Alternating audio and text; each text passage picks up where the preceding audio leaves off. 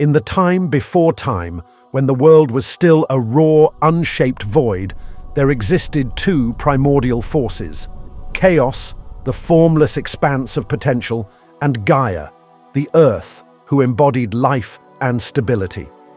From the union of these forces emerged the first beings, the primordial deities who would give rise to the structure of the cosmos. Among these, Gaia herself gave birth to Uranus, the sky, who would become her consort. Together, Gaia and Uranus produced the first Titans, ancient and immense beings of tremendous power, each embodying aspects of the universe itself. They were the first rulers of the universe, beings of such immense power that even the stars trembled at their gaze.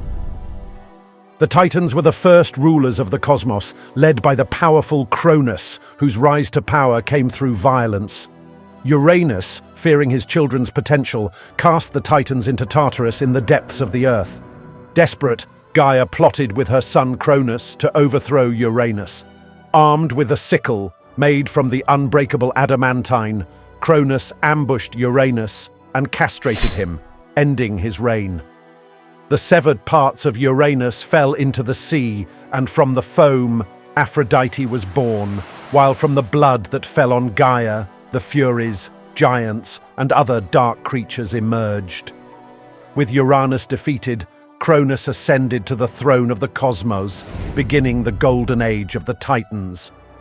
Cronus ruled with an iron fist, keeping his siblings, the other Titans, in line through fear and strength. Though Cronus had liberated the Titans, his rule was marked by paranoia. Gaia and Uranus had prophesied that, just as he had overthrown his father, one of his own children would do the same to him. Cronus, consumed by fear, took a dark path to prevent the prophecy from coming true.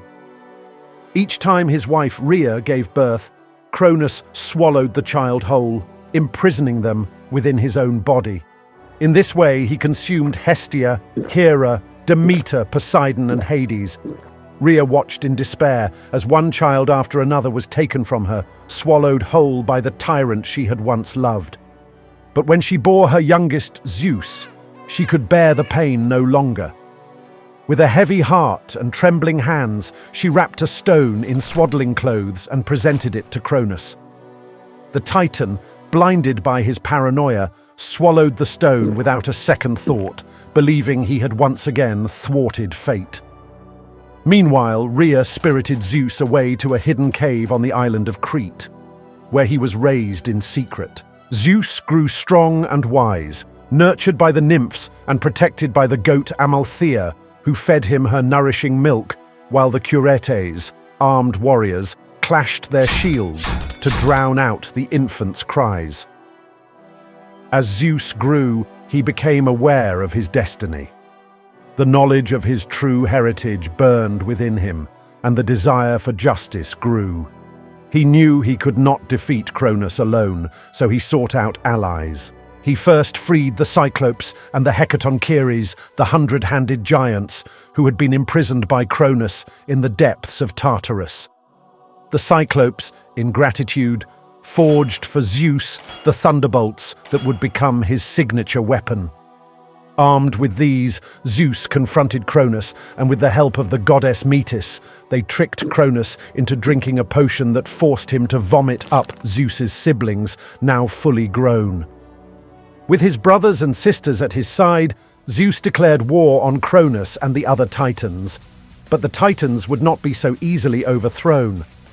Cronus called upon his brothers and sisters, the ancient and fearsome Titans like Oceanus, Hyperion, and Chaos, who rallied to his side. The two factions clashed in a war that raged for 10 years.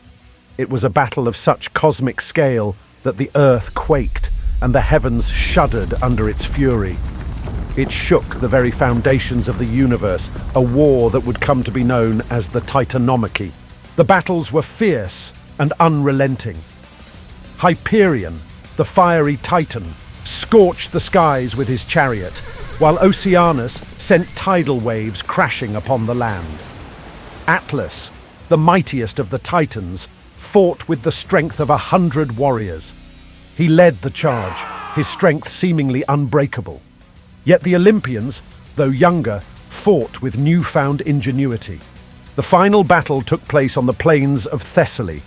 The sky darkened as the forces of Zeus and Cronus clashed one last time.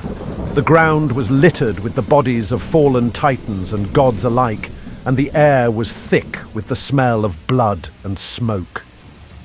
Zeus, with all his power, struck Cronus with a bolt of lightning so fierce that the Titan king was thrown to the ground, his body smouldering and broken. At that moment, the prophecy was fulfilled. Cronus had been overthrown, not by a single stroke, but by the combined might of the gods, led by his own son. With Cronus's defeat, the Titans were defeated and broken. They were cast down into the depths of Tartarus, where they were imprisoned for all eternity. Atlas, as punishment for his loyalty to Cronus, was condemned to bear the weight of the heavens on his shoulders for all eternity. With the Titans defeated, Zeus and his siblings divided the world among themselves. Zeus took the sky, becoming the king of the gods and ruler of Mount Olympus. Poseidon claimed dominion over the seas, and Hades, the underworld.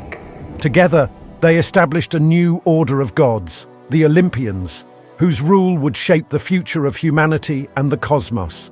Though the reign of the Olympians brought order and balance to the cosmos, the echoes of the Titans' fall lingered in the fabric of existence. The gods, though powerful, were not invincible, and they governed with the awareness that their supremacy was neither absolute nor eternal. As they shaped the world, creating mortal life, establishing laws, and presiding over the forces of nature, the shadow of the Titans remained a constant reminder of the fragility of power. The universe, forever caught in a cycle of creation and destruction, moved forward under the rule of the gods. But the memory of the ancient beings who came before them continued to stir beneath the surface, waiting for a time when the cycle might turn once more. But for now, they were the rulers of the cosmos, and so the universe moved forward.